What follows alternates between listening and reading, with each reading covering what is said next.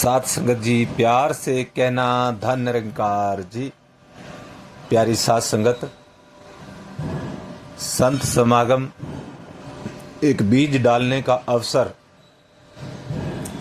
साथ संगत जी, सारे ही ब्रह्मज्ञानी संत इस अवसर का लाभ उठा रहे हैं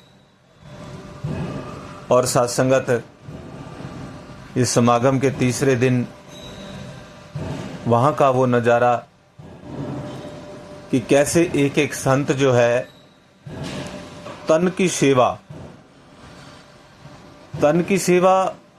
सत्संगत, जो कहीं घर में शायद वो कभी काम किया भी नहीं, तो वहाँ पर ऐसा जोश, वहाँ पर ऐसा आनंद, वहाँ से ऐसे भक्ति, हर संत भाग भाग कर सत्संगत गुरु घर में आनंद ले रहा है। गुरु के समक्ष इस हवन यज्ञ में सत्संगत पूर्ण रूप से समर्पित होकर के तन से, मन से, धन से आनंदित हो रहा है। सत्संगत ये एक अवसर है बीज डालने का। जब बरसात होती है सत्संगत, उससे पूर्व की जो घड़ियां, तो किसान बड़ी सावधानी से, बड़ी तैयारी से बीज डालता है ताकि फसल अच्छी हो। तो ऐसे ही सत्संगत ये एक बीज डालने का भी अवसर है, जहाँ सारे संत आनंदित हो रहे हैं और तन मन धन की सेवा से यहाँ इस खेत में बीज डाल रहे हैं और सत्संगत अभी से आनंदित हो रहे हैं और सदा सदा रहने वाले आनंद की प्राप्ति, निरंकार प्रभु परमात्मा जो सदा रहने वाला है, इस आनंद के साथ जुड़ करके सत्संगत खुशियां मना रहे हैं। जहां तन मन धन की सेवा है, वहां सत्संगत एक एक संत, वो जो दूर से आए हुए संत जो हैं सत्संगत, उनको कभी देखा नहीं, उनको देख कर भी खुशी प्राप्त होती है। और सतगुरु का ये आशीर्वाद कि वसुदेव कुटुंबकम, कि अब सारा संसार अपना परिवार लगता है। सत्संगत लाखों लाखों की संख्या में संत जो वहां आए हुए सारे के सारे अपने लगते हैं। कैसी खुशी होती है एक दूसरे को देख करके, और कैसे वो संत महात्मा वहां एक दूसरे को पहल दे करके कि पहले आप आइए, और कैसे धन निरंकार करके कैसे गुरु की बात करते हैं और कहते महात्मा महाराज आइए, और कैसे एक दूसरे का पहले सत्संगत जी जो लंगर प्रसाद में भी भोग लगवा करके, कितना सुंदर नजारा।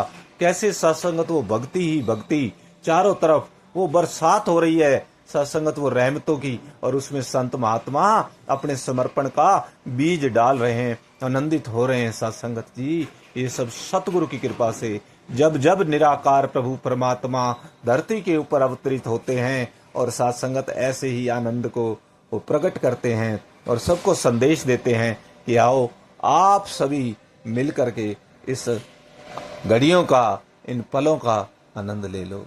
सत्संगत एक एक संत एक दूसरे को पहल देना, एक दूसरे का इतना आदर सत्कार करना, एक दूसरे के चरणों में नमस्कार करना, ऐसी सत्संगत आनंदित, ऐसे अवसर, ऐसा पल कहाँ सत्संगत। संसार की हालत देखें, इंसान का इंसान वैरी, कैसे एक दूसरे को आगे, इसको मैं पीछे करके आगे निकल जाऊं, लेकिन वहां बिल्कुल विपरीत, क्योंकि प्रभु परमात्मा की बात को ग्रहण करते हुए, मानते हुए, भक्ति में डूबते हुए संत वही कर रहा है जो प्रभु कह रहे हैं और आनंद को प्राप्त हो रहा है।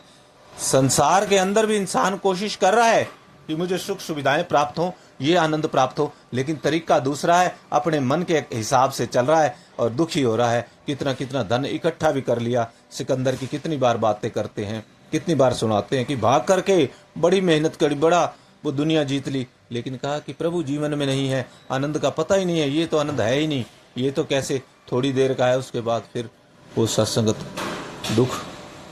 और ये आनंद ऐसा है जो एक बार मिल गया सत्संगत, प्रभु से जानकर, स्वयं प्रभु बता रहे हैं। हमें सत्संगत क्या पता कितनी हमारी सोच है, वो छोटा सा संकीर्णता, लेकिन जब इस विशाल के साथ जुड़ करके भक्त डूब जाता, अपने आप को समर्पित कर देता है, ये भव सागर से पार हो जाता है।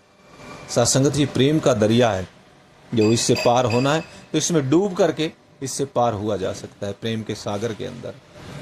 तो सत्संगत यही आनंद वहाँ पर आज सारा संसार ले रहा है। भक्त महात्मा देश विदेश से आकर के साथ संगत वहां पर सेवाएं करके, गुरु के दर्शन करके और गुरु के वचनामृत, संतों के वचनामृत, सत्संगत महात्मा यहाँ कहते हैं, बताते हैं सत्संगत जी की तीर्थ गए, यदि हमें कहीं तीर्थ जाने का अवसर प्राप्त होता है, एक फल मिले, संत मिले फल चार। संत मिलते तो चार प्रकार